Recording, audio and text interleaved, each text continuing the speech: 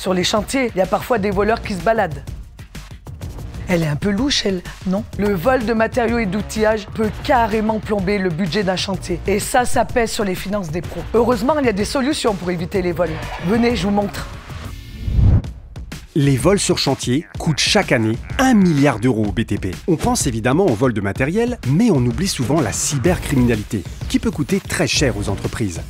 Près de 52% des entreprises françaises ont déclaré une cyberattaque en 2022 pour un coût moyen de 18 645 € pour les TPE-PME. Alors, pour lutter contre les criminels, pas de solution miracle. Surtout du bon sens. Et quelques investissements. Côté vigilance, il s'agit de ranger les chantiers, de ne pas faire le plein de véhicules en fin de journée, de rester discret sur les dates de livraison et de réduire au minimum les stocks sur chantier.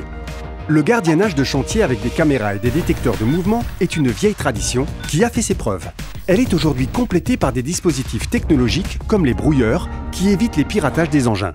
Des engins équipés d'antidémarrage électronique et de GPS tracker vont être plus difficiles à voler.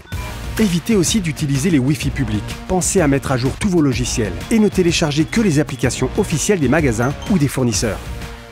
La Fédération française du bâtiment, FFB, a créé un dispositif nommé Ras-le-Vol pour vous aider à évaluer les risques sur chantier. Et face aux cyberattaques, le marché des VPN est florissant. Surtout ceux accompagnés d'analyse de risque, de gestion de mots de passe et de cryptage des données dans le cloud. Au final, la lutte contre la criminalité, ça représente un vrai budget. Et ce sont des actions quotidiennes à mener sur un chantier et pour l'entreprise.